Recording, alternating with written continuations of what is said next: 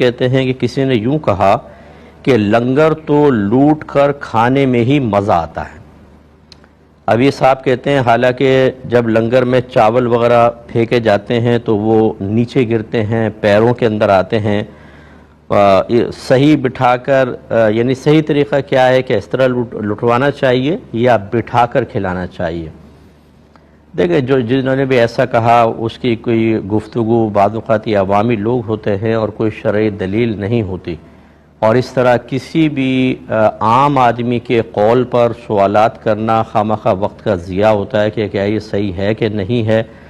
ہاں یہ ہوتا ہے بعض اوقات دوست احباب ایک دوسرے سے بحث کر رہے ہوتے ہیں تو اپنی بات کو تقویت دینے کے لیے کسی عالم دین سے معلوم کر لیتے ہیں، لیکن اس طرح کی باتوں پہ میرا کہنے کا مطلب ہے توجہ نہ کیا کریں۔ جب عقلاً بھی دیکھ لیں، شرعاً دیکھ لیں کہ کھانے کی عزت اور حرمت کا خیال رکھنے کا حکم دیا گیا ہے۔ نبی کریم صلی اللہ علیہ وسلم نے ایک روٹی کا ٹکڑا کہیں پڑے ہوئے دیکھا تو آپ نے اس کو اٹھایا اور صاف کیا، اور سیدہ عائشہ صدیقہ رضی اللہ تعالی عنہا سے فرمایا کہ اے عائشہ، اس کا مفہوم یہ ہے کہ اس کی قدر کرو، جب یہ روٹی کسی قوم سے گئی ہے تو پھر واپس نہیں آئی۔ مراد یہ ہے کہ جب قوم میں ناقدرہ پن، ناشکرہ پن عام ہو جاتا ہے تو پھر جو سابقہ اقوام تھیں اللہ تعالیٰ نے ان سے نعمتوں کو چھین لیا اور بعض اوقات ان کو عذاب میں مبتلا کیا۔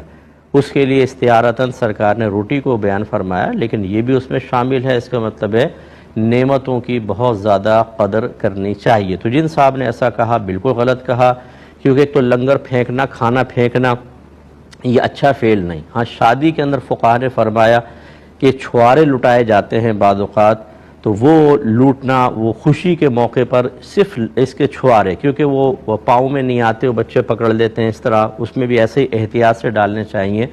یہ لکھا ہے فقہا نے، جبکہ اس میں بھی ہمارا کہنا یہی ہے کہ آج کل وہ تھیلیوں کے اندر چھوارے اور وہ کوئی سپاری وغیرہ ٹافی ڈال کر یہ ہاتھ میں پکڑاتے ہیں، یہی بیسٹ طریقہ ہے، لیکن اس میں لکھا ہے۔ لیکن کھانے کے بارے میں کوئی اجازت نہیں دے گا کہ اس طرح تھیلیاں پھینکنا کہ سب جھپٹ رہے ہیں اور تھیلی پھٹ جاتی ہے اور وہ پاؤں کے اندر آتے ہیں، لوگ اس پہ چڑھ رہے ہوتے ہیں۔ یہ کھانے کی بڑی بے حرمتی ہے اور یہ گناہ اور حرام ہے۔ اب ایک حرام کام کو، ایک گناہ والے کام کو یہ کہنا کہ لنگر تو لوٹ کر کھانے میں ہی مزہ آتا ہے، اس کا مطلب ہے کہ روح کے اندر تھوڑی سی خرابی اور مرض پیدا ہو گیا ہے کہ گندی اور حرام چیز کی طرف دل مائل ہے، اس سے اجتناب کرنا چاہیے، اور بہتر وہی طریقہ ہے کہ لوگوں کو آرام سے بٹھائیں اور دسترخوان پر کھانا کھلائیں۔ یہ باہر سے مجھے دو پکچرز بھیجی گئیں قبور کی۔ ایک تو ایسی تھی کہ اس میں بیچ میں مطلب یوں چار دیواری بنا دی گئی ہے، کیونکہ باہر قبریں پکی تو کرتے ہیں، لیکن بیچ میں مٹی چھوڑی گئی تھی اور پھر سائیڈ میں قبور ہیں۔ اور ایک قبر ایسی تھی کہ ٹوٹل اس پہ پورا ماربل کر دیا، ایسا چوڑا کر کے ماربل ختم بند کر دی، بالکل کوئی مٹی وغیرہ نظر نہیں آ رہی۔ تو انہوں نے دونوں پکچر بھیج کے پوچھا کہ یہ مٹی والی بنانی چاہیے قبر یا یہ پکی والی؟ وہ کہتے ہیں بعض مسلم قبرستان ایسے ہیں جن میں ابھی مکمل طور پر ماربل لگا کے اوپر سے بالکل اس کو بند کرنے کے احکام ہیں، اس کے علاوہ قبر نہیں بنا سکتے، اور یہ بہت مہنگی بھی پڑتی ہے، یہ سستی پڑتی ہے۔ کیا حکم شرع ہوگا؟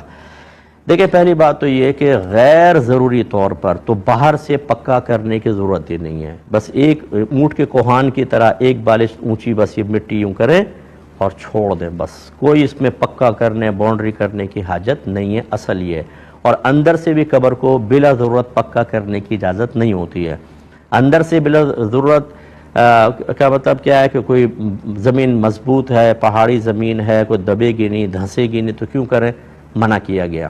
لیکن اگر دھنسنے کا اندیشہ ہے، اگر پانی رس کر آئے گا، قبر میں پانی بھر جائے گا، ایسا ہے تو پھر آپ پکی سیمنٹ کی دیوار کر سکتے ہیں قبر کے اندر، یہ ایک ضرورت آتی ہے۔ ایسے ہی باہر کے اندر آ جائیں کہ اگر یہ گمان ہے کہ ہم پکا نہیں کریں گے تو کفن چورا لیا جائے گا، لاش نکال لی جائے گی۔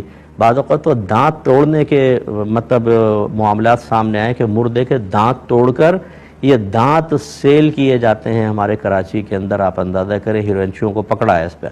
تو ایسی صورتحال میں اوپر سے پکا کرنے کی اجازت ہوگی تاکہ لاش کی بے حرمتی نہ ہو۔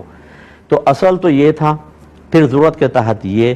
اب اگر وہاں پہ قانون یہ بنا دیا جائے کہ اس طرح پورا ماربل لگایا جائے گا، اس کے علاوہ آپ کے پاس قبرستان میں کوئی جگہ ہی نہیں ہے، تو بامر مجبوری آپ ایسا کر سکتے ہیں۔ اللہ تبارک و تعالی بڑا رحیم و کریم ہے۔ جیسے ایک قبر میں ایک مردہ دفنانے کا حکم ہوتا ہے، لیکن خود اعلیٰ حضرت نے فرمایا کہ اگر جگہ کی تنگی ہے تو ایک قبر میں 2 3 4 مردے بھی دفنائے جا سکتے ہیں۔ جیسے مجاہدین کو بعض اوقات ایک قبر میں کئی مجاہدین کو لٹا دیا جاتا تھا، تو اس کی گنجائش نکلے گی۔